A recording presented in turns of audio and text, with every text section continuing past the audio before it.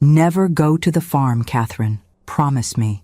Those words, spoken with uncharacteristic intensity, were among the few demands my husband Joshua ever made during our 24 years of marriage. I had always respected his wishes, even when curiosity gnawed at me during those rare moments when he'd mention his Canadian childhood on a property he'd left behind.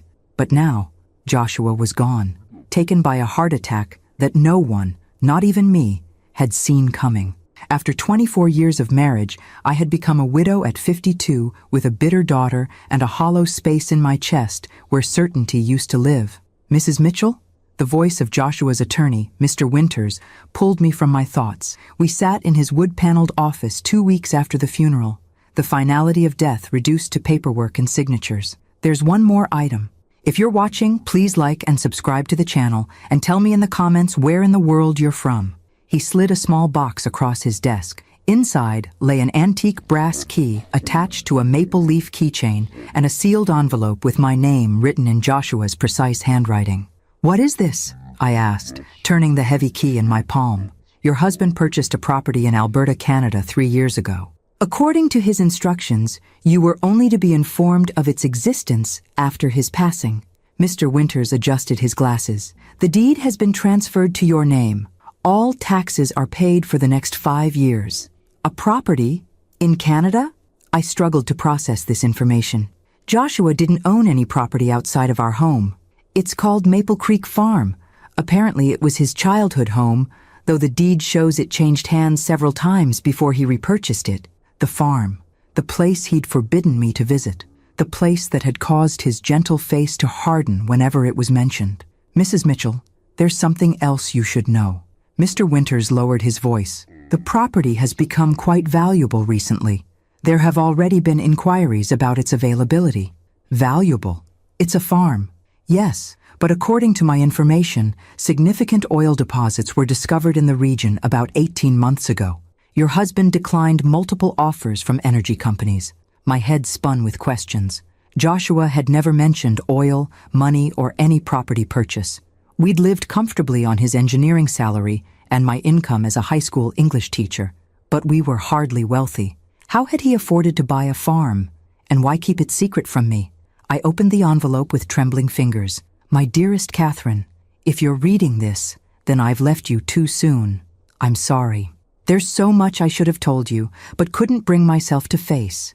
The farm is yours now. I've spent the last 3 years transforming it from the broken place of my childhood into something beautiful, something worthy of you.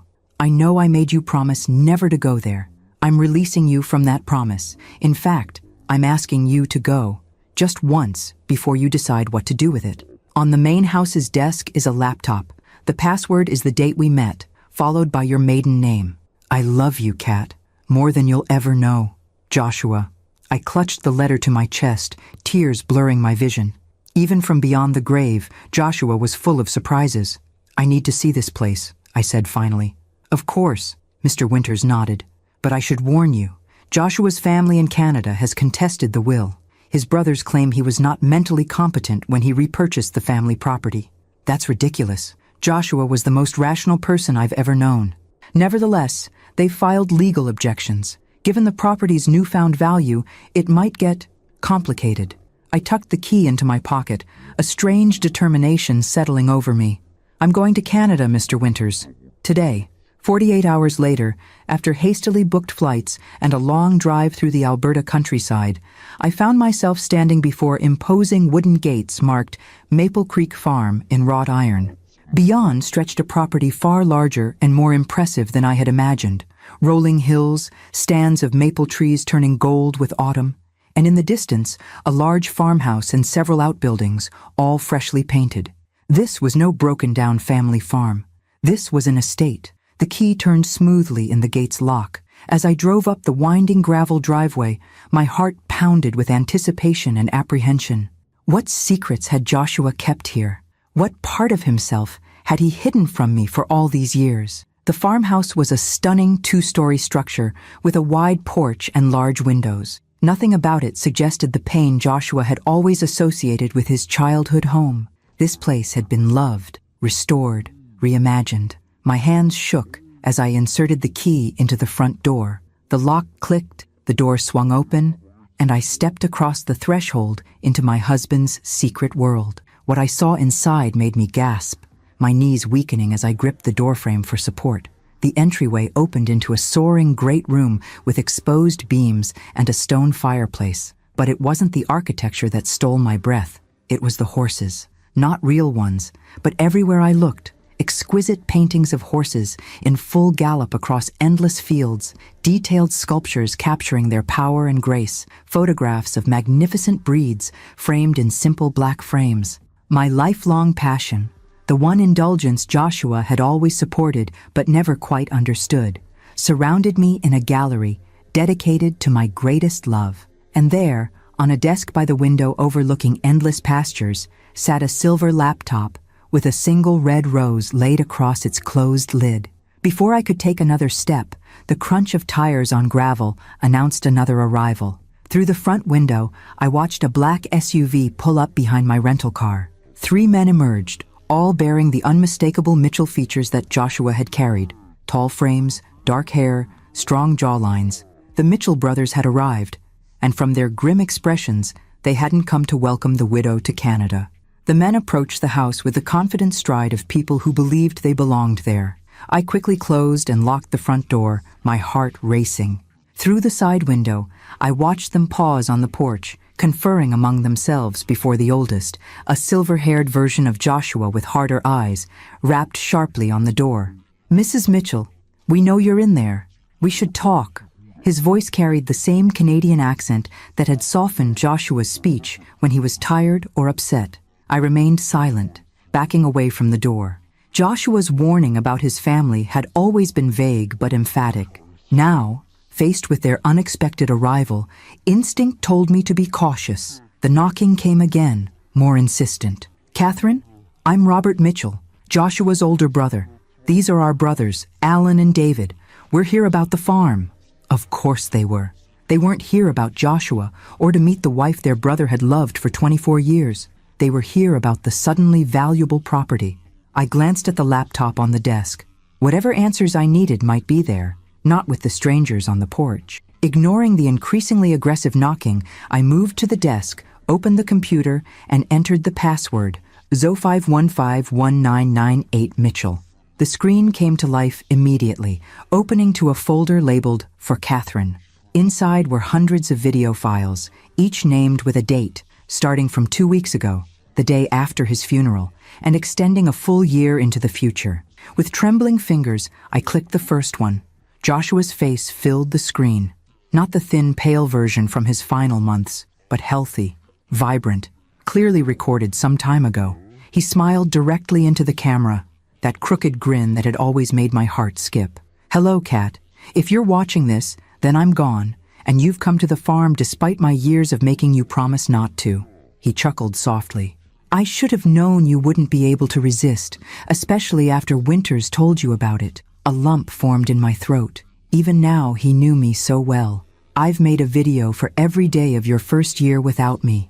1 year of me keeping you company while you grieve. 1 year of explaining everything I should have told you while I was alive." He looked down briefly, then back at the camera with determination. "Starting with why I bought back the farm, I swore I'd never set foot on again." The knocking outside had stopped. Through the window, I could see the men returning to their vehicle, retrieving documents, conferring with stern expressions. Joshua continued, 3 years ago, I was diagnosed with hypertrophic cardiomyopathy, a heart condition I inherited from my father. The doctors gave me 2 to 5 years. I chose not to tell you or Jenna.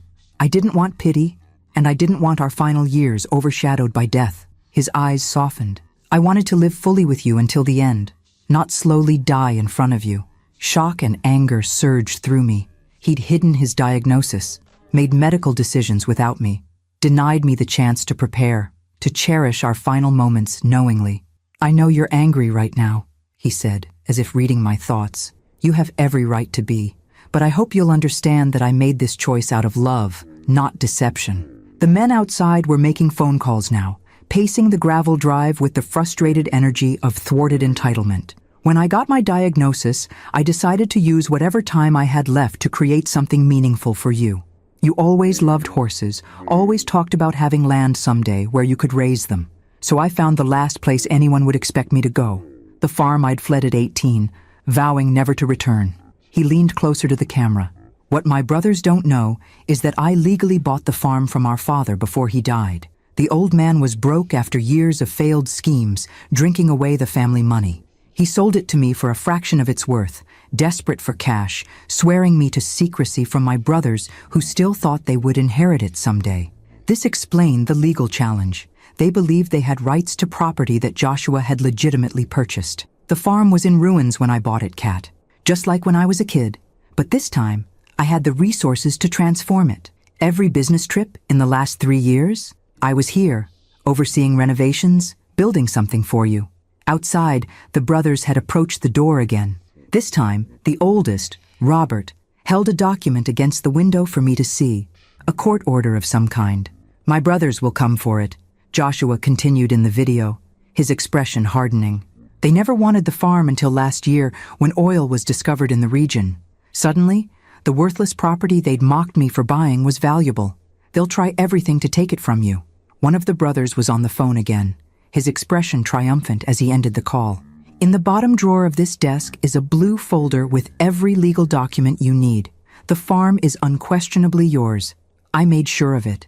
Joshua's face softened again. But Kat, whether you keep it or sell it is entirely your choice. I built this place for you, filled it with beauty for you, but I don't want it to become a burden. A vehicle was coming up the driveway, a police cruiser with Royal Canadian Mounted Police markings. The brothers watched its approach with satisfied expressions. One last thing, Joshua said. In the stables, you'll find 6 horses, all breeds you've admired over the years. The staff I've hired will continue caring for them, whether you're here or not. They're my last gift to you, along with the means to enjoy them. The video ended, freezing on Joshua's smiling face as knocking resumed at the door, more authoritative this time. Mrs. Mitchell, RCMP, we need you to open the door, please. With a deep breath, I closed the laptop, retrieved the blue folder from the drawer, and went to face whatever came next. As I reached for the door handle, my phone rang. Jenna, our daughter, calling from home. I hesitated, then answered. Jenna, now's not a good time. Mom? Her voice was tight with anger. Why didn't you tell me about Dad's farm or the oil? His brothers just called me, offering a fair settlement if I helped them contest the will. What the hell is going on? So they'd reached out to my daughter already. The realization ignited something protective and fierce within me. They weren't just coming after me. They were trying to manipulate my grieving daughter. I'll explain everything later, I promised, watching the police officer exchange words with the brothers. But Jenna, don't sign anything. Don't agree to anything. These men are not our friends. Mom, if there's money involved, this isn't about money, I interrupted, surprising myself with the conviction in my voice. This is about what your father wanted. Please, trust me on this. After a moment of silence, she sighed. Fine. But call me back as soon as you can. I hung up and opened the door to face a young RCMP officer flanked by 3 Mitchell men whose expressions ranged from smug to openly hostile. Mrs. Mitchell, I'm Constable Wilson. These gentlemen have a court order requesting an inspection of the property as part of an ongoing estate dispute. I smiled calmly, channeling the strength Joshua had always admired in me. Of course, Constable. But first, I think you should see these. I held out the blue folder containing Joshua's documentation. My husband anticipated this exact situation. The oldest brother, Robert, stepped forward with a dismissive wave. Family property disputes are complicated, Constable. My sister-in-law is understandably emotional and confused. Actually, I interrupted, I'm neither emotional nor confused. I'm a widow standing on property that legally belongs to me, facing 3 strangers who happen to share my late husband's DNA. I turned to the officer. And I'd appreciate if you'd review these documents before allowing anyone onto my property. The constable took the folder, his expression neutral as he began examining the contents.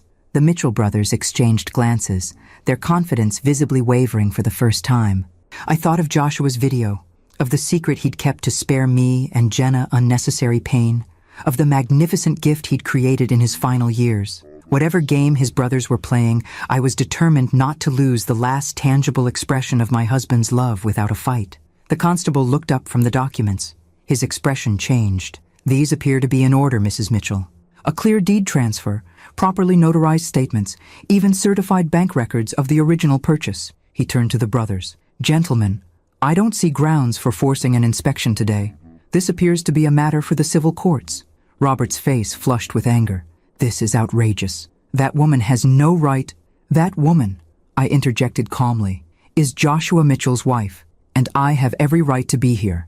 As the brothers reluctantly retreated to their vehicle, followed by the apologetic constable, I felt a strange sense of both loss and discovery.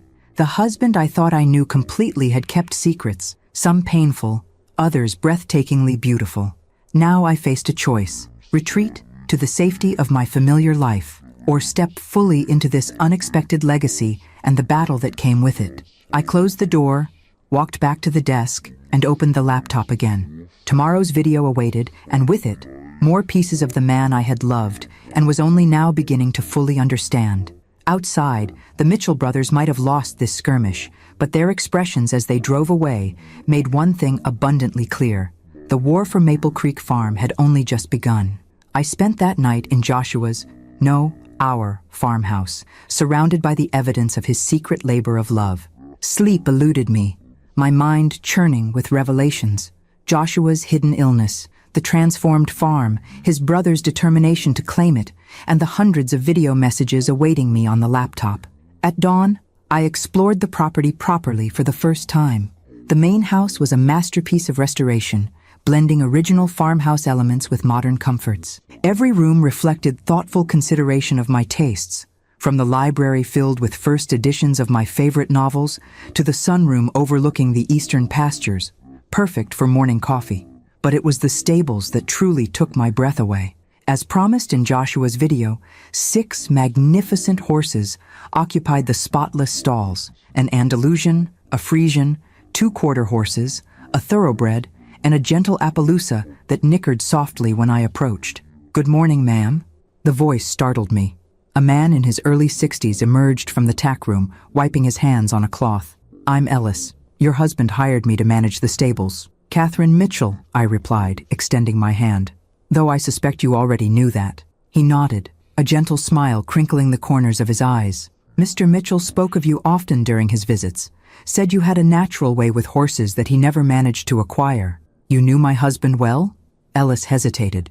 "As well as he allowed anyone to know him, I suppose. He was here every month for the past 3 years, overseeing everything personally. Never delegated a decision if he could make it himself." That sounded like Joshua, methodical, hands-on, attentive to detail. "The black Frisian there," Ellis continued, nodding toward a magnificent stallion watching us with intelligent eyes. "That's Midnight. Your husband spent months tracking him down specifically. Said he reminded him of a horse in a painting you loved." My heart clenched. The Stubbs painting of a black horse against a stormy sky. I'd admired it at a museum 20 years ago, and Joshua had remembered. "Did he—" I hesitated, unsure how to frame the question. "Did my husband ever mention his health to you?" A shadow crossed Ellis's weathered face. "Not directly. But these last 6 months, he pushed harder, worked longer hours, added more features to the property. Like a man racing against a clock only he could see." The confirmation stung, but also explained the driven quality I'd sensed in Joshua during his final months. I'd attributed it to work stress, never imagining he was creating all this while knowing his time was limited. "His brothers were here yesterday," I said, watching Ellis's reaction carefully. His expression hardened. "They've been circling since the oil was discovered on neighboring properties, suddenly very interested in the family farm they hadn't visited in decades. What can you tell me about them?" Ellis secured a stall door before answering. "Robert's the oldest, runs some investment firm in Toronto. Always acted like he was doing Joshua a favor by acknowledging him. Alan's the middle one, lawyer, slick talker, and David's the youngest, followed Robert into finance, always in his shadow. And their relationship with Joshua? Strained doesn't begin to cover it. From what I gathered, they tormented him as a child. City boys who visited the farm reluctantly, looking down on him for staying to help your father-in-law run the place." Ellis shook his head. "When Joshua returned to buy the property, They mocked him for wasting money on worthless land, right up until the Petersons struck oil 2 properties over. This aligned with the fragments Joshua had shared over the years: his difficult childhood, his escape to the United States for college, his reluctance to discuss his Canadian family. "They'll be back," I said, more to myself than to Ellis. "Count on it." He nodded grimly. But Mr. Mitchell prepared for that. He was always 3 steps ahead. Back at the house, I forced myself to eat breakfast before opening the laptop for today's video. Joshua appeared on screen, seated in what I now recognized as the farm's library. "Good morning, Kat. I hope you slept well in our new home." He smiled that crooked smile I missed with physical intensity. "Today, I want to show you something special." The camera moved as he carried it through the house, down a hallway I hadn't explored, stopping at a locked door. "This room is for you alone. The key is in the top drawer of the bedside table, the antique silver one with the horse engraving." I paused the video, went to the master bedroom, and found the key exactly where he'd described. Retracing Joshua's path from the video, I located the door, unassuming, situated at the end of the east wing. The key turned smoothly in the lock. I pushed the door open and gasped. A fully equipped art studio filled the large corner room, bathed in perfect northern light from floor-to-ceiling windows. Easels, canvases, paints, brushes, everything a painter could desire, arranged with loving precision. I hadn't painted in 20 years. After college, I'd set aside my artistic aspirations to teach, to help support us while Joshua built his engineering career, to raise Jenna. Over the years, someday had become a distant dream, then eventually a bittersweet memory of a path not taken. The video continued, Joshua's voice pulling me back to the laptop I'd carried with me. "You gave up so much for us, Kat. Your painting was the first sacrifice, though you never complained. I always promised myself I'd give it back to you someday." Tears blurred my vision as I surveyed the studio, the professional-grade supplies, the inspiration books stacked neatly on shelves, the north-facing windows that would provide perfect, consistent light. "There's one more thing," Joshua continued. "Check the cabinet below the window seat." I crossed to the cushioned window seat that overlooked the eastern pasture, now golden in the morning light. Below it, built into the wall, was a cabinet I might have missed, if not directed to it. Inside lay a flat archival box. With trembling hands, I lifted the lid, then sank to my knees in shock. My paintings, dozens of them, all the work I'd created in college, the pieces I thought had been lost in our moves over the years. Joshua had preserved them, protected them, kept them safe for 2 decades until he could return them to me in this perfect space. On top lay a small canvas I recognized immediately, my final project before graduation. A self-portrait of a young woman looking forward, eyes alight with possibilities. Joshua had asked to keep it the day I completed it. Tucked beside it was a handwritten note in his precise script. "She's still in there, Kat. The woman who painted with such passion and vision. I've given you the space. The rest is up to you." I clutched the note to my chest, overwhelmed by love and loss in equal measure. Joshua had seen me, truly seen me, in ways I hadn't allowed myself to be seen in years. The sound of vehicles on the gravel driveway pulled me from this emotional moment. Moving to the studio window, I watched 2 cars approach, the now familiar black SUV of the Mitchell brothers, and behind it, a sleek silver Mercedes I recognized instantly. Jenna had arrived, and from the way she emerged from her car and strode confidently toward the brothers, it appeared they had already begun working on her. My daughter, Joshua's daughter, with her father's dark hair and my stubborn chin, was smiling and shaking hands with the uncles she'd never met. Whatever fragile peace I'd found in Joshua's posthumous gifts evaporated in the face of this new complication. The battle for Maple Creek Farm had just become significantly more personal. I watched from the window as Jenna exchanged friendly greetings with her uncles, her body language open and receptive. At 27, our daughter had her father's analytical mind and my determination, but lacked Joshua's patience and my caution. She had always been quick to form opinions, slow to revise them. My phone buzzed with a text from her. "Arrived with Uncle Robert and the others. Coming in now. We need to talk." Uncle Robert? They'd known each other less than a day, and already she was claiming family connection.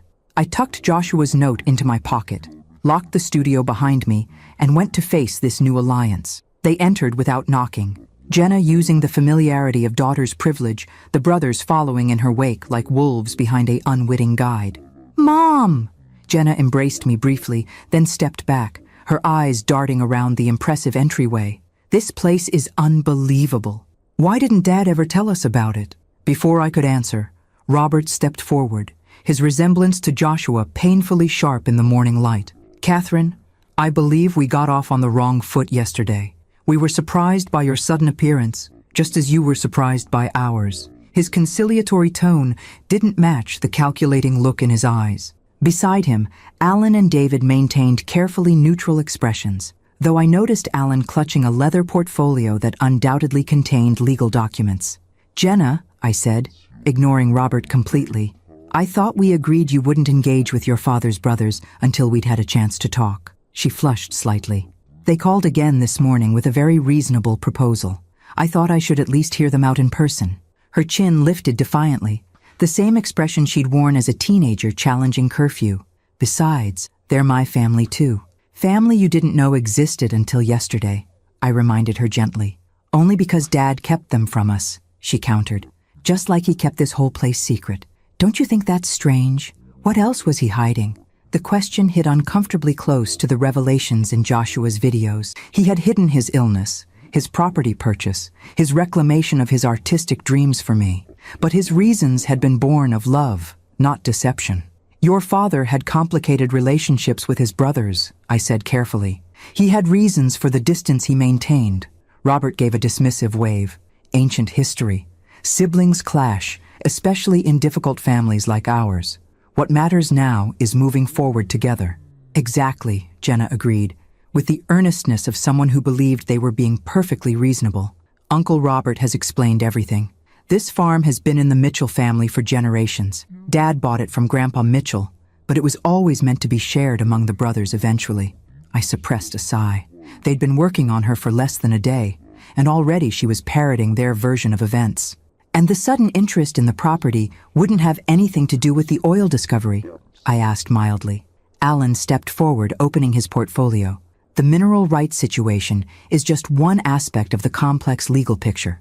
We've prepared a fair settlement offer that honors Joshua's wishes while acknowledging the Mitchell family's historic claim to the property.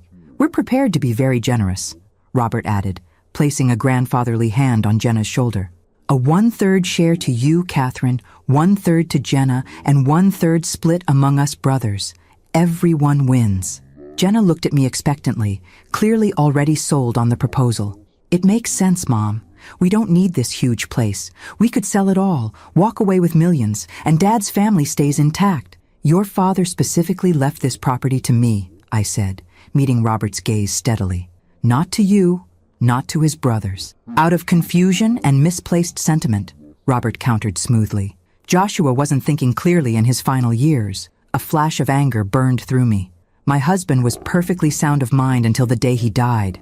"Then why all the secrecy?"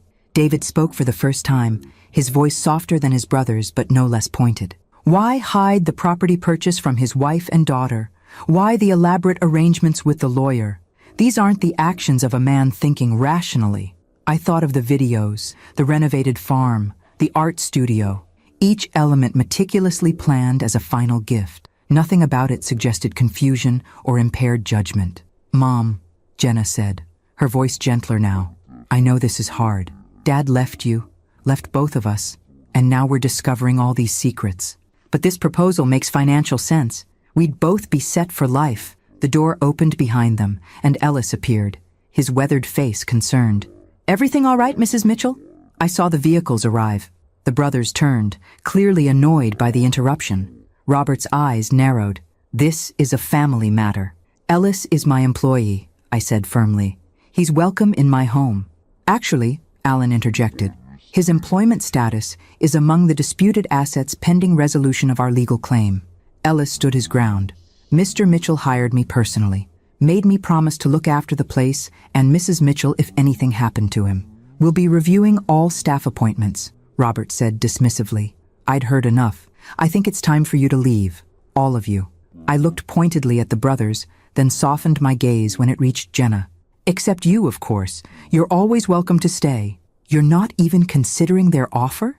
Jenna asked, incredulous. I'll review any written proposal with my own attorney, I replied, but I won't be pressured in my own home. Robert's mask of conciliation slipped, revealing the hard businessman beneath. This property is worth tens of millions with the oil rights. We can do this amicably, or we can make things very difficult. Is that a threat? I asked, with more calmness than I felt. A reality check, he corrected.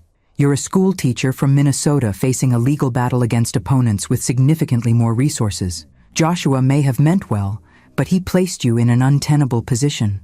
I thought of the blue folder with its meticulous documentation, the videos showing Joshua's clear-headed planning, the transformed property that represented his final act of love. I believe my husband knew exactly what he was doing, I said quietly. Now please leave. Jenna, you're welcome to stay for lunch if you'd like. She looked torn, glancing between me and her newly discovered uncles. I think I'll go with them for now. We have more to discuss. She kissed my cheek quickly. Think about the offer, Mom, please. I watched them leave, a hollow feeling expanding in my chest. In just 24 hours, my daughter had been pulled into the orbit of men Joshua had spent his life avoiding. Whatever they were telling her was working.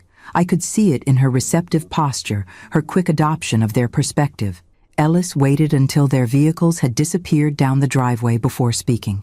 Mrs. Mitchell, there's something you should know. Something your husband asked me not to mention unless absolutely necessary.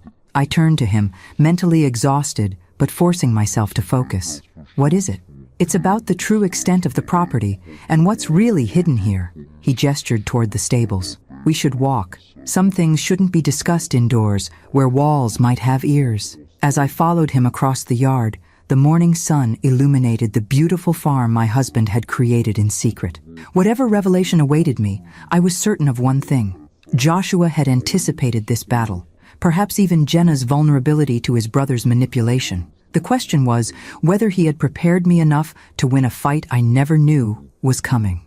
Ellis led me past the main stables, toward a weathered barn I hadn't explored yet. Unlike the pristine, renovated structures on the rest of the property, this building retained its original rustic character, deliberately unimproved to appear unimportant. Your husband was a careful man, Ellis said, producing an old iron key. After his brother's first visit last year, he became even more cautious. They visited before? Joshua never mentioned that. Ellis nodded grimly. Showed up unannounced once they caught wind of the oil discovery on neighboring properties. Your husband was here supervising construction of the art studio. They didn't recognize him at first. He'd grown a beard during his treatment. The casual mention of Joshua's treatment sent a fresh wave of pain through me. While I'd been obliviously teaching high school literature in Minnesota, my husband had been here, sick, creating this sanctuary while fending off his predatory brothers. What happened? He observed them from a distance, then left without revealing himself. That night, he made changes to the property plans. Ellis unlocked the barn door. Starting with this, the door swung open to reveal an ordinary-looking barn interior. Hay bales, old farm equipment, dust motes dancing in beams of sunlight filtering through gaps in the walls. Ellis moved confidently to the back corner, shifting several bales to expose a trap door set into the dirt floor. Your husband installed this entrance last winter. The workers thought they were building a root cellar. He pulled the heavy door upward, revealing a sturdy wooden staircase descending into darkness. After you, Mrs. Mitchell.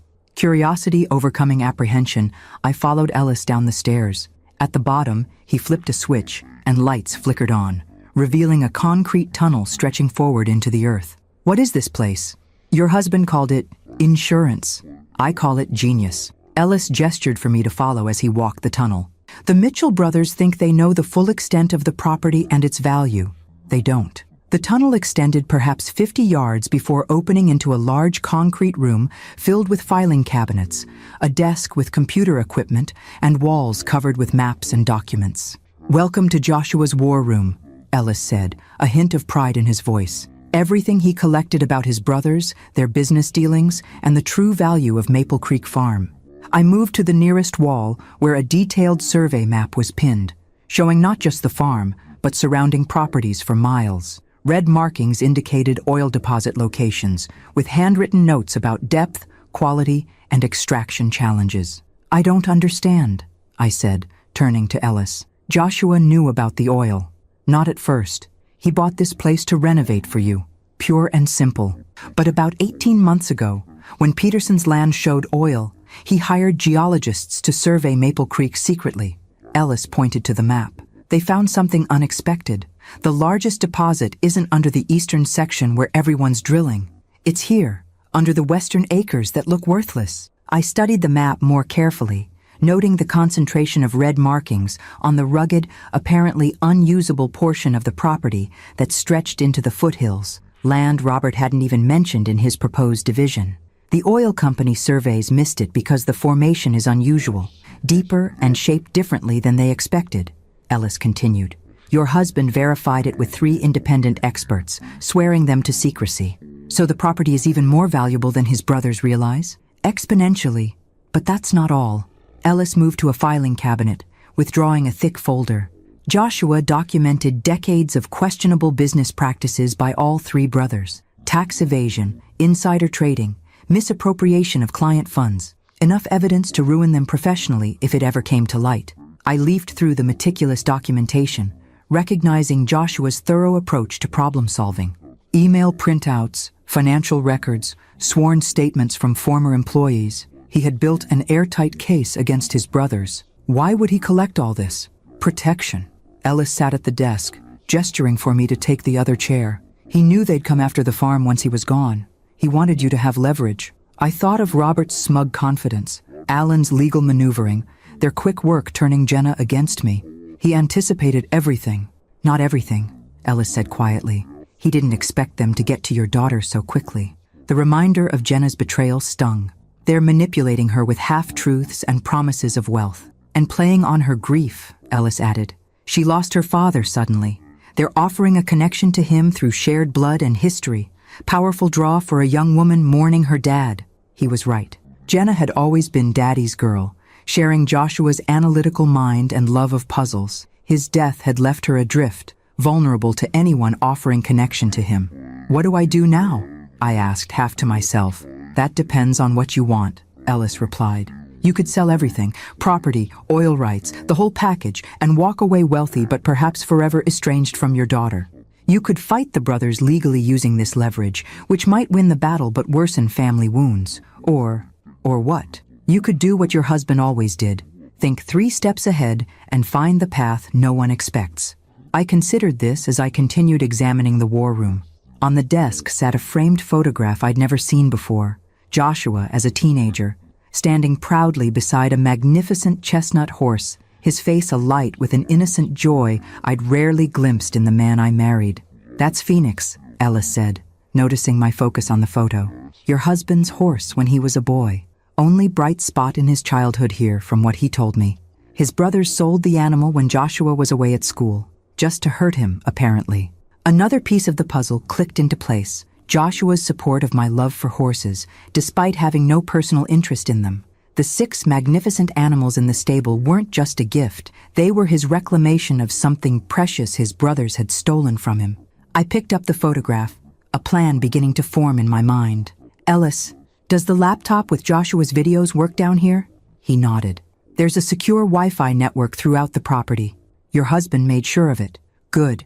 I need to watch the next few videos ahead of schedule. Then I need you to arrange a meeting for me. With whom? First, my daughter, alone, away from her uncles. Then my attorney. And finally, I glanced at the wall of evidence Joshua had compiled against his brothers. I think I'd like to speak with those oil company representatives who've been making offers on the property. Ellis smiled for the first time since we'd entered the hidden bunker. You're planning something your husband would approve of. I'm planning something worthy of the man who loved me enough to create all this, I corrected, a new determination steadying my voice. And I'm going to need your help. Whatever you need, Ellis promised. Your husband saved my life once, years ago. Gave me this job when no one else would take a chance on an ex-con trying to rebuild his life. I owe him everything, and by extension, I owe you. This was yet another side of Joshua I hadn't known. His quiet generosity extending beyond our immediate family, changing lives I'd never even heard about. As we left the bunker, carefully concealing the entrance again, I felt a strange sense of connection to my late husband. Not the grief that had dominated the past weeks, but a partnership that somehow continued beyond death. He had left me, not just a property and material security, but tools and knowledge to forge my own path forward. The Mitchell brothers believed they were facing a naive widow out of her depth. They had no idea what was coming. Over the next 48 hours, I barely slept, fueled instead by determination and the growing clarity of my plan. I watched a week's worth of Joshua's videos in a single night, each one revealing more of his strategy and the depth of his foresight. "They'll try to divide and conquer," he warned in one recording, as if speaking directly to my current situation. "Robert will be the friendly face, Alan the legal threat, David the silent observer, and they'll target Jenna. She's their easiest path to destabilizing your position." In another video, he walked through the western section of the property, the supposedly worthless acres his brothers had deliberately excluded from their proposal. "This land looks like nothing, Kat. Scrubby hills, rocky terrain, difficult access. That's why it's perfect. No one looks closely at what appears valueless." Armed with Joshua's insights and my own growing understanding of what I faced, I arranged to meet Jenna at a small cafe in the nearest town, 20 miles from the farm. Neutral territory, away from both the Mitchell brothers' influence and the emotional pull of Joshua's carefully crafted sanctuary. She arrived 15 minutes late, defensive posture already in place before she even sat down. "I can't stay long. Uncle Robert is taking me to meet the family attorney this afternoon." "Uncle Robert?" I repeated mildly. "You've become quite close in 3 days." She flushed. "They've been nothing but kind and welcoming, which is more than I can say for you. You're treating them like enemies instead of Dad's family." I sipped my coffee, choosing my next words carefully. "Do you remember that art history course you took sophomore year? The professor who talked about perspective, how where you stand completely changes what you see. What does that have to do with anything? You've only heard their perspective on this situation. I'm asking you to consider there might be another view. Your father's. Dad's dead," she said bluntly, pain flashing across her features. "And he obviously didn't trust either of us enough to tell us about this place while he was alive." I reached into my bag and withdrew a tablet. "Actually, he left something for both of us." "What is that?" "Your father made videos, Jenna. Hundreds of them. Messages to guide me, us, after he was gone." I turned the tablet to face her, queuing up the specific video Joshua had labeled "for Jenna, when she needs it." Her face paled. "He made videos?" "He knew he was dying," I said softly, finally sharing the truth. "He was diagnosed 3 years ago with hypertrophic cardiomyopathy. He chose not to tell us, wanted to spare us watching him decline." "That's impossible." "He would have told me." But uncertainty had crept into her voice. "Watch the video, Jenna. Hear it from him." With trembling fingers, she pressed play. Joshua's face appeared, healthy, vibrant, his eyes crinkling with the smile that was so uniquely his. "Hello, my brilliant girl. If you're watching this, then I'm gone, and knowing you, you're probably angry about all the secrets I kept." He chuckled softly. "You never did like being kept in the dark about anything, even as a toddler." Tears welled in Jenna's eyes as her father continued. "I should have told you I was sick, should have given you time to prepare, to ask all those questions you're so good at asking. But I was selfish. I wanted our last years together to be normal, not overshadowed by my diagnosis. I hope someday you'll forgive me for that choice." Joshua shifted, leaning closer to the camera. "But there's something else you need to know. Something about my brothers that I've never shared with you. Our estrangement wasn't some petty family squabble, Jenna. They embezzled my portion of our father's estate when I was 19. Used my name on fraudulent documents while I was away at college. When I discovered it and threatened to expose them, they threatened to implicate me as a willing participant." Jenna's hand covered her mouth, her eyes never leaving the screen. "I left Canada, changed my name slightly, from Jonathan to Joshua, and started over in Minnesota. Met your mother, built a life, raised you. It was more than enough." His expression hardened. "But my brothers never changed. Whatever they're telling you now, remember this. They've wanted control of the family property for decades, not out of sentiment, but pure greed. And they'll use anyone, including my daughter, to get it." The video ended, freezing on Joshua's concerned face. Jenna sat motionless, tears streaming silently down her cheeks. "He was protecting us," she whispered finally. "All this time. For more than just his illness," I confirmed gently. "Your uncles aren't the family connection they're pretending to be. They're opportunists who see you as their easiest path to what they want. She wiped her tears, anger replacing grief in her expression. They've been lying to me, haven't they? About everything. Not everything. The farm is worth millions, that part is true. But they haven't told you about the western section they conveniently excluded from their proposal, or the true extent of the oil deposits there. Understanding dawned in her eyes. They're trying to cheat us. Us, I repeated, hope flickering. Does that mean you're back on my side? Mom, I never left your side. She looked down, ashamed. I wanted to feel connected to Dad through his family. They had stories about him as a kid, photos I'd never seen. I understand, I assured her, reaching across the table to squeeze her hand. Grief makes us vulnerable in ways we can't anticipate. But now, we need to be smarter than they are. Together. Jenna straightened, her expression shifting from devastation to determination. So like her father that my heart ached. What's the plan? I smiled, feeling the first real sense of confidence since this ordeal began. First, we're meeting my attorney this evening. Not the family attorney your uncles want to use, but someone recommended by Joshua's lawyer in Minnesota. Then tomorrow, we have an appointment with Western Plains Energy. The oil company? Why? Because knowledge is leverage, and right now, we know something your uncles don't. Exactly where the oil is and how much there really is. I showed her the geological surveys from Joshua's war room. They think they're dealing with an uninformed widow and a naive niece. Time to show them exactly who they're really facing. For the first time since Joshua's death, Jenna laughed, a sound of genuine amusement. Dad always said you were the smartest person he'd ever met, that underneath that quiet high school teacher was a tactical genius who could outthink anyone if properly motivated. Did he really say that? I asked, surprised. All the time. She smiled, wiping away the last of her tears. He also said that the biggest mistake anyone could make was underestimating Catherine Mitchell. As we left the cafe together, I felt a shift in the dynamic of this battle. The Mitchell brothers had unwittingly united us instead of dividing us. They had no idea that their apparent early success with Jenna had only set the stage for their ultimate defeat. Later that evening, with Jenna beside me, I laid out my complete plan to the attorney Joshua had selected for this exact scenario. His expression moved from professional interest to undisguised admiration as he grasped the full scope of what I proposed. Mrs. Mitchell, he said finally, your husband said you would surprise me with your strategic thinking.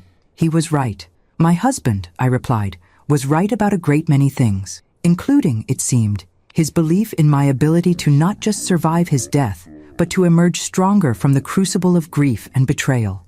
The Mitchell brothers arrived at Maple Creek Farm exactly when I expected, 10 a.m. sharp, 3 days after my meeting with Jenna.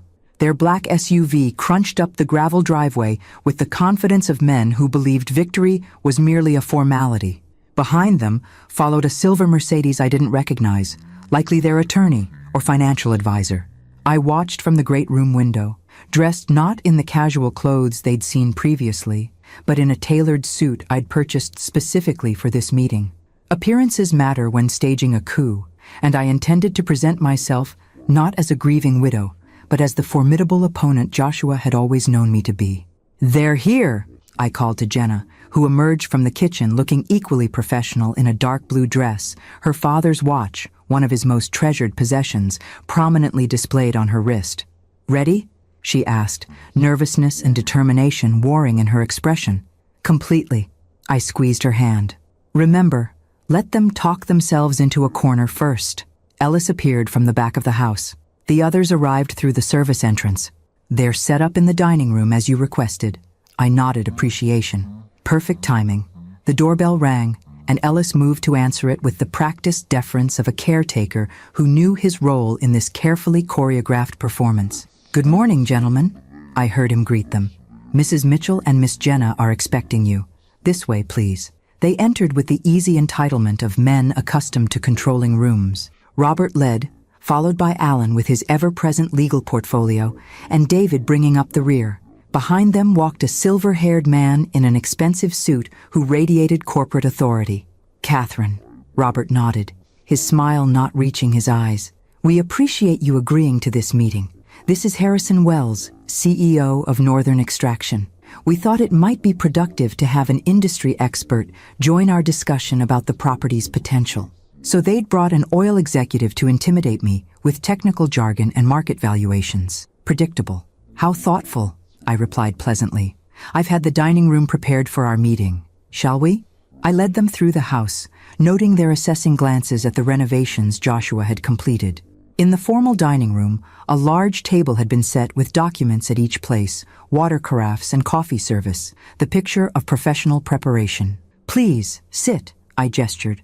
I believe we have much to discuss. As they settled into their chairs, expressions of confidence still firmly in place, I remained standing at the head of the table.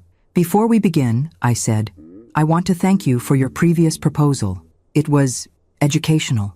Robert's smile widened, clearly interpreting my comment as submission. We're pleased you've had time to consider our offer. With Mr. Wells' expertise, we can discuss the most advantageous arrangement for dividing the property's assets. Yes, division, I mused, picking up a remote control from the table. That's precisely what I'd like to discuss. I pressed a button, and a hidden screen descended from the ceiling at the far end of the room. The brothers exchanged surprised glances. Clearly, they hadn't expected this level of preparation. If you'll direct your attention to the presentation, I continued, clicking the remote again. A detailed map of Maple Creek Farm appeared on the screen, showing property boundaries, topographical features, and geological formations. This is the complete survey of Maple Creek, I explained. All 2,200 acres, not just the eastern 800 acres mentioned in your proposal. Alan shifted uncomfortably. The western section is undevelopable rocky terrain. We excluded it for simplicity's sake. How considerate, I smiled, except for one small detail. Another click, and the map overlaid with oil deposit locations, the complete geological survey from Joshua's war room, showing the massive reserve beneath the worthless western acres. Harrison Wells straightened in his chair, professional mask slipping as he leaned forward to study the projection with sudden intense interest. As you can see, I continued calmly, the primary oil deposit extends predominantly beneath the western section, the acres you so generously offered to exclude from our fair division. Robert's face flushed. These surveys are unreliable. Northern Extraction's analysis indicates... Actually, interrupted a new voice as the connecting door opened. Those surveys have been verified by 3 independent geological teams. The Mitchell brothers turned in shock as Thomas Reeves, CEO of Western Plains Energy, Northern Extraction's primary competitor, entered the room, followed by my attorney and 2 individuals in business attire. What is this? Robert demanded, half rising from his chair. This, I said pleasantly, is a meeting about the true value and future of Maple Creek Farm. Mr. Reeves has expressed significant interest in the property's potential, particularly after reviewing the complete geological data my husband compiled. Harrison Wells shot a betrayed glance at the Mitchell brothers. You told me you had exclusive negotiating rights to this property. They don't, my attorney interjected smoothly, placing additional documents on the table. Mrs. Mitchell holds clear, uncontested title to the entire property, including all mineral rights. The documents you've been shown by the Mitchell brothers have no legal standing whatsoever. Robert slammed his hand on the table. This property has been in the Mitchell family for generations. Joshua had a moral obligation. Moral obligations? Jenna spoke for the first time, her voice steady despite her white-knuckled grip on her water glass. Like the moral obligation you had to my father when you stole his inheritance, or forged his signature on loan documents, or threatened to implicate him in your financial crimes if he exposed you? The brothers froze, color draining from their faces. What exactly is she talking about? Harrison Wells asked, looking increasingly uncomfortable. Perhaps these will clarify matters, I said, nodding to my attorney, who distributed sealed envelopes to everyone at the table. Copies of documentation my husband preserved regarding certain historical transactions involving Mitchell family assets. I believe the statute of limitations has expired on some of these matters, but the Canadian financial regulatory authorities might still find others quite interesting. Alan opened his envelope, scanning the contents with increasing alarm. These are private family matters, he sputtered, completely irrelevant to the current discussion. On the contrary, I countered, finally taking my seat at the head of the table. They establish a pattern of fraudulent behavior that directly impacts your credibility in these negotiations. behavior that continued when you deliberately misled Mr. Wells about your standing to negotiate for this property. The room fell silent as the Mitchell brothers realized the completeness of their exposure. Joshua had documented everything: their historical crimes against him, their recent manipulations, their attempts to seize valuable assets while appearing generous. "What do you want?" Robert finally asked, his confident facade crumbling. "I want you to leave Maple Creek Farm and never return," I stated simply.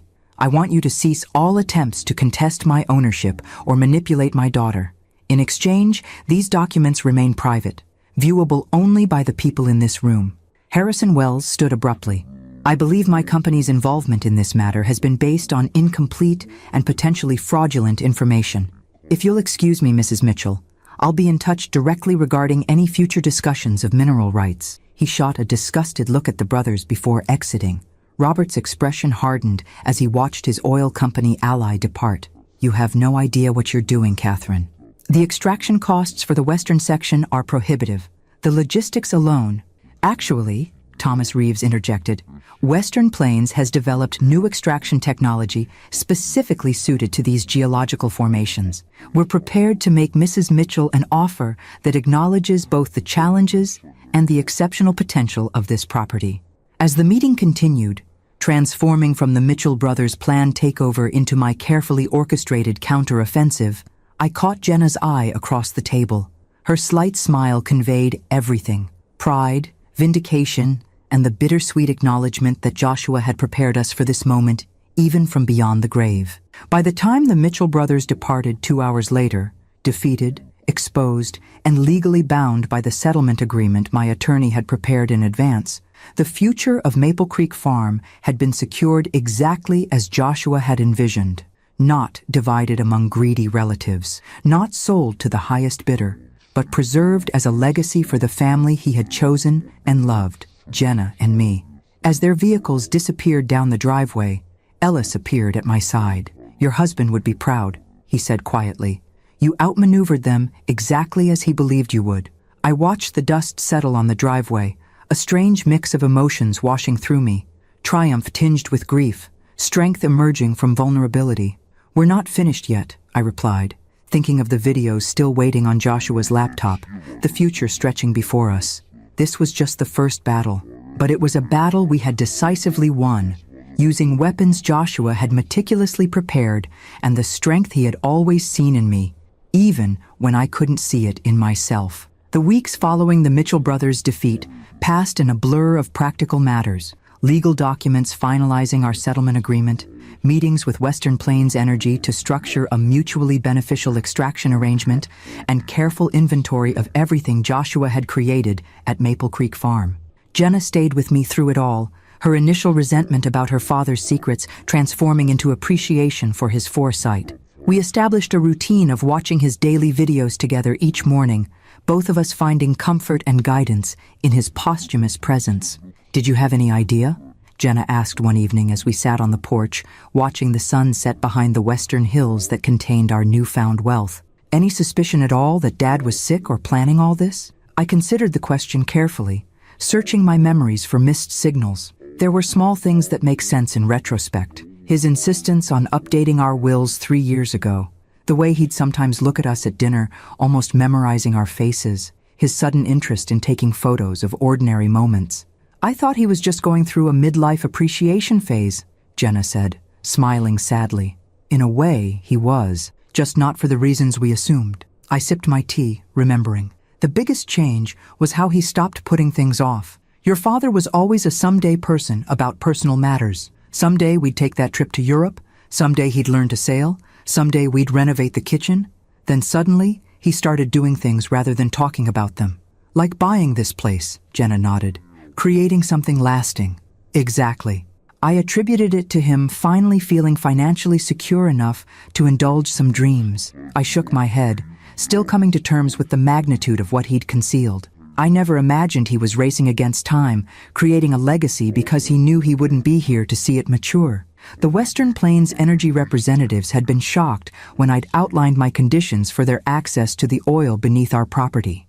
Rather than selling the mineral rights outright for a lump sum as most landowners did, I had insisted on a structured arrangement that prioritized environmental protection, employed sustainable extraction methods, and established a substantial trust for restoration after the oil was depleted. Mrs. Mitchell, their lead negotiator, had said, "These terms are highly unusual in the industry."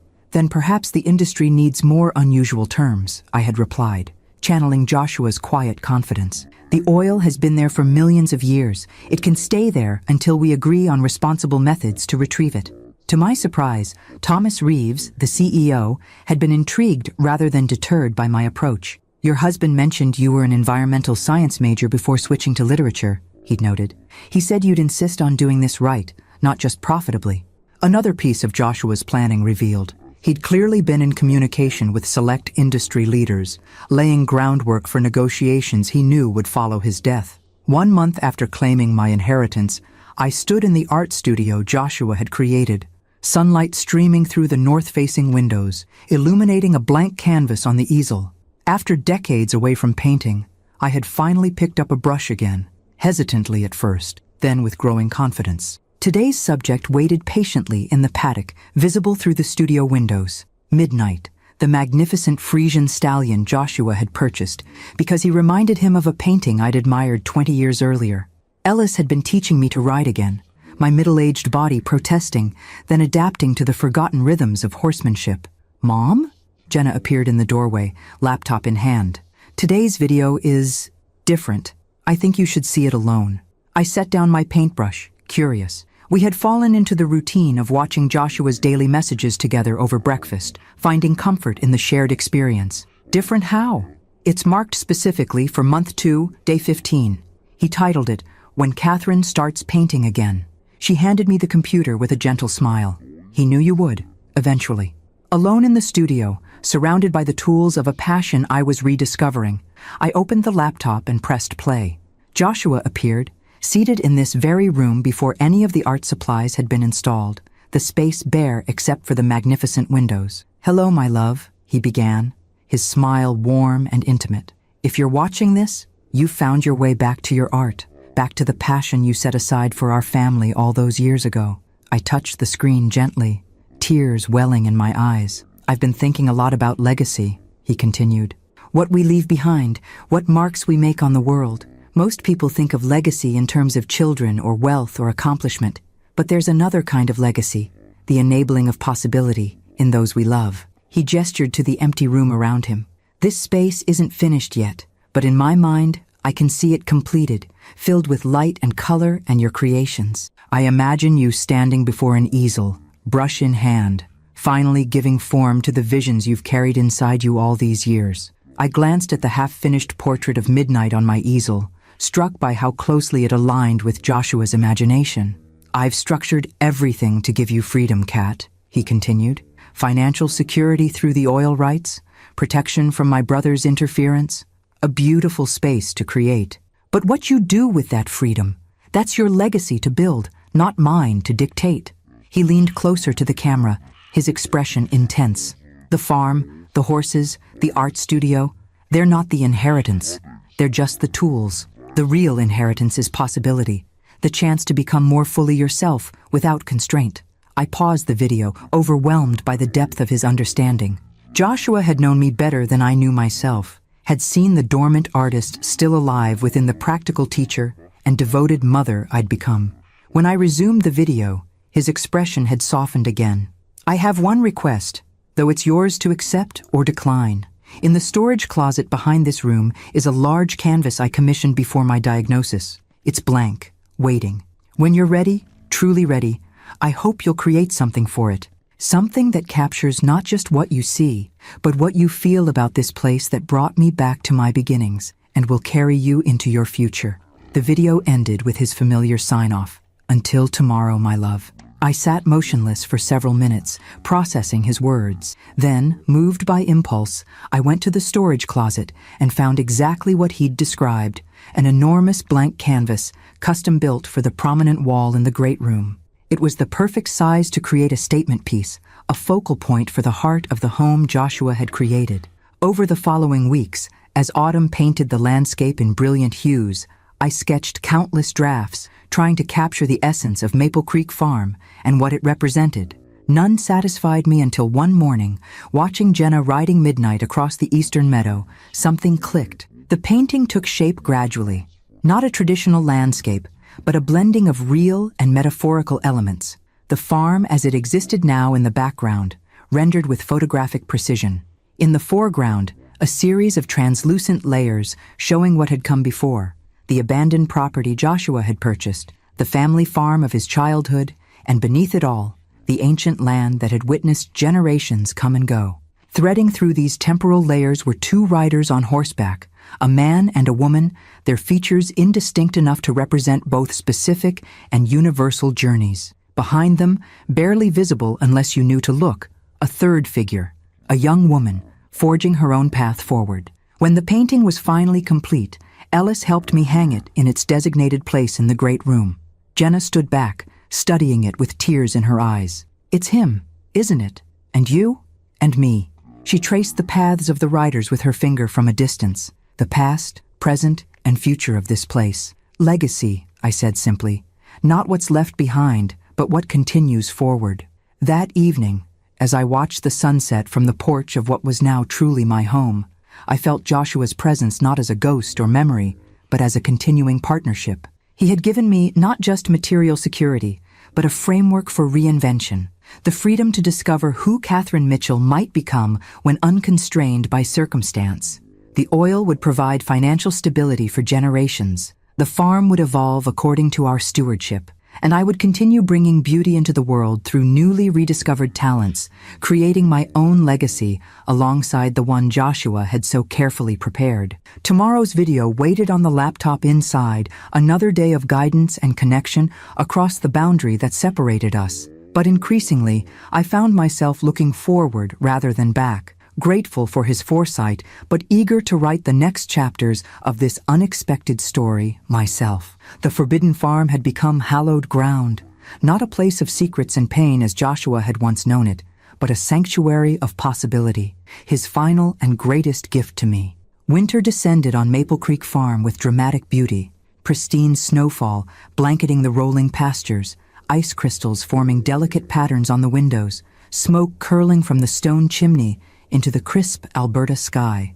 I had decided to stay through the season rather than return to Minnesota, drawn to experience the full cycle of seasons on this land that had become my unexpected home. Jenna had reluctantly returned to her life in Minneapolis, her marketing firm unwilling to extend her leave of absence indefinitely. Our daily video ritual continued via FaceTime, the three of us still connected. Jenna in her urban apartment, me in the farmhouse living room, and Joshua's recorded presence binding us across time and space. "The Western Hills are particularly beautiful after fresh snow," Joshua remarked in today's video, filmed exactly 1 year ago in this same room. "If Ellis has kept up the maintenance on the snowmobile in the equipment barn, take it out to the ridge overlooking the valley. The view at sunrise is worth the early wake-up call." I smiled at his continuing ability to anticipate my experiences. Just yesterday, Ellis had mentioned the snowmobile and offered to show me the winter trails Joshua had mapped out across the property. 6 months had passed since I'd confronted the Mitchell brothers. True to our agreement, they had maintained their distance, though my attorney occasionally forwarded communications from their legal team. Technical questions about property boundaries as Western Plains Energy began preliminary work on the eastern edge of the farm. The oil extraction project was proceeding with deliberate care, the company honoring our unusual arrangement that prioritized environmental protection over rapid profit. Thomas Reeves had become an unexpected ally, his initial business interest evolving into genuine respect for the sustainable approach Joshua had envisioned, and I had insisted upon. My phone rang, pulling me from these thoughts. Jenna's name flashed on the screen. "Everything okay?" I answered, immediately concerned by the unexpected call. Our daily video chat wasn't scheduled for several hours. "I'm not sure," she replied, her voice tense. "I just had a strange visit from Uncle David." My grip tightened on the phone. "David? What did he want?" "Officially, he came to apologize for his role in trying to manipulate me against you." She paused. But something felt off about the whole conversation. He kept asking subtle questions about the farm, whether I visited often, if I'd noticed any unusual activity around the property. Did you tell him anything? Of course not. I kept responses vague and non-committal. Her voice lowered. Mom, I think they're planning something. This felt like reconnaissance. A chill that had nothing to do with the winter temperature ran through me. The Mitchell brothers had been suspiciously quiet these past months. Too quiet, perhaps, for men accustomed to fighting for what they wanted. I'll alert Ellis and increase security, I assured her, and I'll have my attorney contact theirs with a reminder about the terms of our agreement. There's something else, Jenna added hesitantly. David mentioned that Robert has been ill, some heart condition requiring surgery.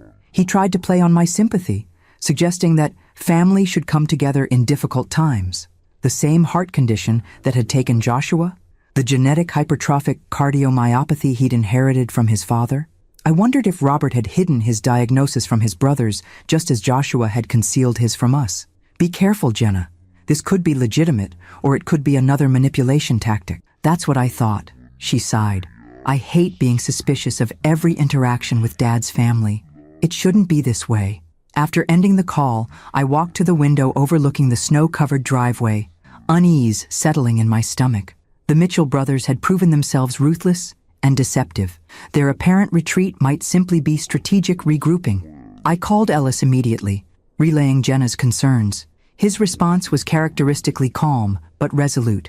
I'll alert the security team and check the perimeter surveillance, he assured me. We installed those systems for exactly this scenario. Another of Joshua's precautions, discreet but comprehensive security throughout the property, with cameras monitoring all access points and motion sensors covering the most vulnerable approaches. At the time, I thought it excessive. Now, I was grateful for his foresight. That evening, I found myself drawn to the hidden bunker beneath the barn, seeking guidance from Joshua's meticulously organized records. If the Mitchell brothers were planning another attempt to claim Maple Creek Farm, perhaps he had anticipated this scenario as well. In the concrete room filled with filing cabinets and maps, I searched for anything related to continued threats post-settlement. In the bottom drawer of Joshua's desk, I found a folder labeled simply, "If they return," in his precise handwriting. Inside was a detailed contingency plan, steps to take if his brothers violated the agreement, including pre-drafted legal injunctions, contact information for Canadian authorities who had investigated their past financial dealings, and surprisingly, a sealed letter addressed to Robert Mitchell. A note in Joshua's handwriting was paper-clipped to the envelope. A last resort. Only deliver if absolutely necessary. What had my husband written to his estranged older brother that he considered so potentially powerful or damaging that it should only be used in extremis? The envelope was sealed, the contents a final mystery Joshua had left for me to uncover only if circumstances demanded it. I returned to the main house, the sealed letter secure in my pocket, my mind turning over possibilities and strategies. Outside, gentle snow began falling again, adding another pristine layer to the winter landscape. The next morning, Ellis knocked on my door as I was finishing breakfast. "We have visitors," he announced, his expression grave. "All 3 Mitchell brothers, plus 2 men I don't recognize." "At the gate?" He nodded. "They're requesting entry. Robert claims it's a personal family matter, not related to the property dispute." I moved to the great room window, which offered a view of the entrance gates in the distance. 2 vehicles waited there, the familiar black SUV and a more modest sedan. "What do you think they really want?" I asked Ellis. "Nothing good," he replied bluntly. "But refusing to see them might provoke whatever they're planning. Better to control the encounter on our terms." I considered this, hand unconsciously touching the letter in my pocket. "Have security stay alert but not visible. Let them approach the main house only, no access to other buildings." As Ellis went to convey these instructions, I called my attorney to inform him of the unexpected visit, then Jenna to warn her that her uncles had appeared at the farm less than 24 hours after David's casual visit to her. "Do you want me to come?" she asked immediately. "I can be on the next flight." "No," I decided. "Stay where you are. This might be exactly what they want, to get both of us here, isolated from our legal support system."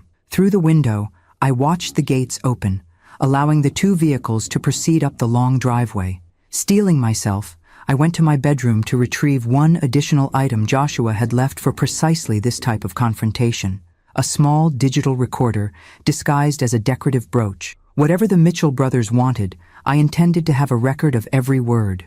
When the doorbell rang, I was waiting in the great room, seated calmly in the armchair facing the entryway, the recorder pinned to my sweater, the mysterious letter secure in my pocket. Ellis answered the door with professional courtesy, ushering in our unwelcome visitors. Robert entered first, looking noticeably thinner than at our last encounter, his complexion grayish beneath his tan. Alan and David followed, their expressions carefully neutral. The two strangers brought up the rear, one carrying a medical bag, suggesting he was a physician, the other holding a leather portfolio, similar to those favored by legal professionals. "Catherine," Robert nodded in greeting, his voice lacking its usual commanding tone. "Thank you for seeing us without an appointment." "Family always seems to arrive unexpectedly," I replied mildly. "Please sit." "Ellis, would you bring coffee for our guests?" As they arranged themselves on the sofas opposite my chair, I noted the tension in their postures, the way Alan kept glancing at Robert with poorly concealed concern. Whatever had brought them here, it centered on the eldest Mitchell. "I'll be direct," Robert began once Ellis had departed for the kitchen. "I've been diagnosed with the same heart condition that took Joshua, hypertrophic cardiomyopathy. It runs in the family." So Jenna's information had been accurate. I maintained a neutral expression, waiting for him to continue. "My condition is advanced. The specialists give me 6 months without intervention, possibly years with the right treatment." He gestured to the man with the medical bag. "This is Dr. Harmon, my cardiologist, and Mr. Pearson, my personal attorney." "I'm sorry to hear about your health challenges," I said carefully, "but I'm not clear on why this brings you to Maple Creek Farm." Robert exchanged glances with his brothers before continuing. "I need a heart transplant, Catherine, but there's a complication. Our family has a rare blood type and tissue markers that make finding a compatible donor extremely difficult." A creeping suspicion began forming in my mind. That sounds challenging, but again, why come to me with this? "Because, Dr. Harmon interjected professionally, "based on the medical records we've reviewed, your late husband would have been a perfect donor match for Robert. And given the genetic factors involved, there's a significant probability that your daughter might be compatible as well." The audacity of their request hit me like a physical blow. They wanted to test Jenna, to use my daughter's body as a potential source of salvation for the man who had tried to steal her inheritance and turn her against me. "You want my daughter to be tested as a potential donor for you?" I clarified, making sure the recorder captured every word of this extraordinary conversation. "Just preliminary blood work to check compatibility," Alan jumped in smoothly. "Nothing invasive at this stage. And if she matches?" I pressed. "What then?" "Then we would hope she might consider becoming a living donor," Robert replied. "The procedure allows for partial liver transplantation with minimal risk to the donor. Her liver would regenerate completely within months." I sat in stunned silence, marveling at their breathtaking entitlement. After attempting to manipulate, deceive, and defraud us, they now expected my daughter to undergo major surgery for a man she barely knew, a man who had tried to turn her against her own mother. "Let me understand correctly," I said finally, my voice steady despite my internal turmoil. "You tried to steal this property from me, attempted to turn my daughter against me with lies and half-truths, and now you're here asking if she'll undergo surgery to save your life?" Robert at least had the grace to look uncomfortable. "I understand how this appears, but we're still family, Catherine. Blood connects us, whether we choose it or not. Blood," I repeated thoughtfully, remembering Joshua's videos, his painful history with these men, his determination to protect Jenna and me from their toxic influence. "You're right about one thing, Robert. Blood does connect us, but not in the way you think." I withdrew the sealed letter from my pocket, noting the flash of recognition in Robert's eyes. "Joshua left this for you," I said, holding it just out of his reach, with instructions to deliver it only if absolutely necessary. "I believe this qualifies." Robert stared at the sealed envelope in my hand, recognition and apprehension flickering across his drawn features. "Joshua wrote to me?" Apparently he anticipated that even a legal settlement wouldn't keep you away permanently. I held the letter, making no move to hand it over yet. He prepared for every contingency, including this one. An uncomfortable silence fell over the room. "Dr. Harmon shifted awkwardly, clearly sensing he'd been brought into something more complex than a straightforward medical consultation. The Mitchell brothers exchanged glances, some unspoken communication passing between them. "Before I give you this," I continued, I want absolute clarity about what you're asking. You want my daughter, the same young woman you manipulated and lied to 6 months ago, to undergo medical testing and potentially major surgery to save your life? It sounds callous when you phrase it that way, Alan interjected. But yes, essentially. Robert's condition is grave, and family members provide the best chance for compatible donation. Why not David or Alan? I asked, looking at the other brothers. Siblings are typically even better matches than nieces. Doctor. Harmon cleared his throat. We've tested both Mr. Mitchell's brothers. Neither is compatible due to some unusual genetic factors.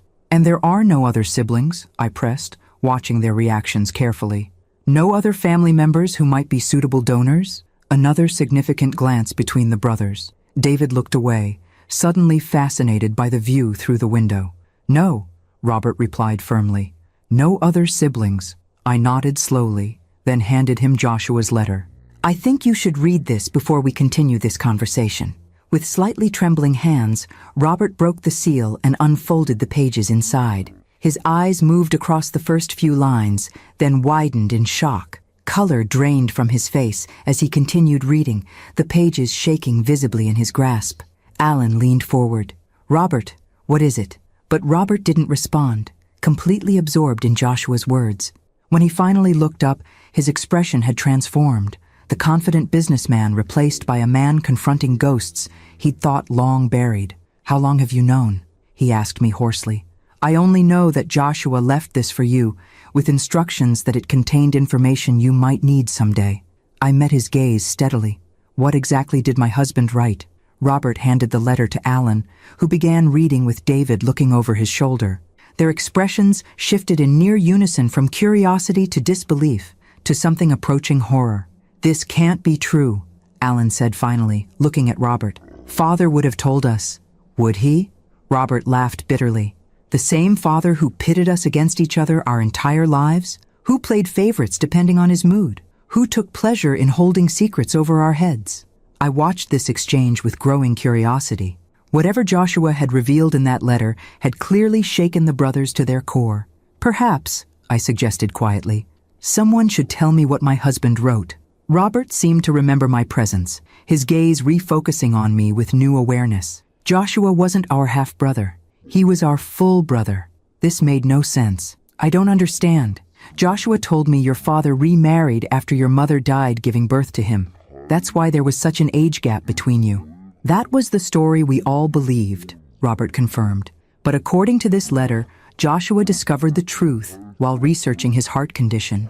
Our mother didn't die in childbirth. She left our father when Joshua was an infant, unable to tolerate his abusive behavior any longer. Father created the story about her death to avoid the scandal of abandonment and to punish her by erasing her completely. But that's not all, Alan continued, his legal precision reasserting itself even through his shock. Joshua discovered that our father had another family, a relationship that began before our mother left and continued for decades after, a woman in Saskatoon with whom he had 2 more children. Now I understood the significance. 2 more Mitchell siblings. A brother and sister, both in their 40s now, Robert confirmed, scanning the letter again. Both sharing our rare blood type and genetic markers, according to medical records Joshua somehow obtained, and likely unaware of their connection to you, I surmised, the pieces falling into place. Joshua found them, but didn't contact them, did he? He simply confirmed their existence and medical compatibility. Robert nodded slowly. According to this, he even had their contact information verified annually through a private investigator, ensuring it remained current. In case one of you ever needed what you're asking of Jenna now, I finished for him. A compatible donor from family you never acknowledged. The irony was breathtaking. The Mitchell brothers had come to ask my daughter, the niece they had tried to manipulate and defraud, for potentially life-saving organ donation, while completely unknown siblings existed who might provide the same medical match. There's more, David said quietly, having taken the letter from Alan. Joshua writes that he only discovered all this after his own diagnosis. He was already planning Maple Creek Farm for you, Catherine, but learning about these other siblings solidified his resolve to break completely from the Mitchell family legacy of secrets and manipulation. He writes that he wanted to create something honest and transparent to leave behind, something built on love rather than obligation. Tears pricked at my eyes as I recognized my husband's values in those words. Even from beyond the grave, he was teaching all of us about integrity and truth. "So," I said finally, "it seems you have alternatives to approaching my daughter. Two half-siblings who share your medical markers. Strangers," Robert protested weakly. "We don't even know these people." "And whose fault is that?" I countered. "Your father chose to keep them secret. You and your brothers chose to treat Joshua as less worthy than yourselves. Now you face the consequences of those choices." "Doctor," Harmon cleared his throat again, "forgive me, but from a medical perspective, any potential donor should be contacted quickly. Mr. Mitchell's condition is deteriorating rapidly." I considered the man before me, Robert Mitchell, once powerful and intimidating, now diminished by illness and the collapse of his family mythology. Despite everything he had done, I couldn't find satisfaction in his suffering. Joshua wouldn't have wanted that. "The contact information for your half-siblings," I said. "Is it included in the letter?" Robert nodded mutely. "Then I suggest you begin there," I told him. "Not with demands, but with humility and truth. Tell them who you are, explain your medical situation, and give them the choice that should be theirs to make, just as such a choice would be Jenna's alone. Not mine, not yours, if you had approached her with honesty from the beginning." "And if they refuse?" Alan asked. "Then Jenna can decide for herself if she wishes to be tested," I replied. "But she'll make that decision with complete knowledge of all facts and alternatives. No manipulation, no pressure, no lies." The Mitchell brothers absorbed this in silence, the family resemblance between them and my late husband suddenly more apparent in their chastened expressions. Joshua had had their same strong jawline, the same deep-set eyes, features I now noticed with new clarity. "We'll go," Robert said finally, rising with effort from the sofa. "Thank you for this." He gestured to the letter, which David carefully folded and returned to the envelope. As Ellis showed them out, I remained seated, processing the unexpected revelation and its implications. Joshua had known he had other siblings, family members who might have welcomed him, who shared his biological heritage. Yet he had chosen to keep that knowledge in reserve, using it only as protection for Jenna and me after he was gone. That evening, as snow fell gently outside the windows of Maple Creek Farm, I opened the laptop for the day's video from Joshua. His familiar face appeared on the screen, recorded exactly a year ago in this very room. "Hello, my love," he began, his smile warming me across time. "If I've calculated correctly, today might be the day my brothers finally play their medical card. They've known about my condition for years. Our father made sure to inform them when I was first diagnosed as a teenager, though they never offered help then." I gasped softly, once again astonished by his foresight. "If they've approached you or Jenna about donation compatibility, then you've given them the letter about our other siblings." His expression grew thoughtful. "I considered contacting them myself many times over the years, but their lives were established, their family complete. I questioned my right to disrupt that with ancient history and biological connections that might mean nothing to them." He leaned closer to the camera. "The truth is, Kat, family isn't about blood. It's about choice. I chose you and Jenna as my family. I hope whoever Robert and the others approach will be allowed the same freedom of choice, to help or not, to connect or not, without manipulation or obligation." As the video continued, Joshua sharing his thoughts on family and legacy with characteristic thoughtfulness, I felt a sense of completion settling over me. The Mitchell brothers had come seeking to use Jenna as a means to an end, just as they had always used Joshua. Instead, they had been forced to confront the tangled web of secrets their father had woven and the consequences of their own choices. Whether they would reach out to their newly discovered siblings with genuine openness or the same manipulative tactics they'd always employed remained to be seen. But that was no longer my concern, or Joshua's, or Jenna's. We had broken free of the toxic Mitchell family dynamics, claiming our own legacy through Maple Creek Farm and the life we were building here. Joshua had transformed his childhood prison into my sanctuary, his painful past into my promising future. The forbidden farm had become hallowed ground indeed, not because of the oil beneath its soil or the financial security it provided, but because it represented Joshua's final triumph over the family that had rejected him and the lasting love that had sustained him. Spring would come again to Maple Creek Farm. The horses would run in green pastures, Oil would be carefully extracted from the western hills, and I would continue creating art in the studio my husband had designed. Jenna would visit when she could, perhaps bringing children of her own someday to ride horses and explore the land their grandfather had reclaimed. And Joshua would remain present in the legacy he had so carefully crafted, not just in the daily videos that would eventually end, but in every corner of this place that reflected his love, his foresight, and his determination that the mistakes of the past would not dictate the shape of the future. The forbidden had become the cherished. The secret had become the celebrated. And I, Catherine Mitchell, had become the caretaker of a legacy built not on obligation or blood, but on the purest foundation of all, love freely given and gratefully received. Until tomorrow, my love, Joshua said, as the day's video concluded.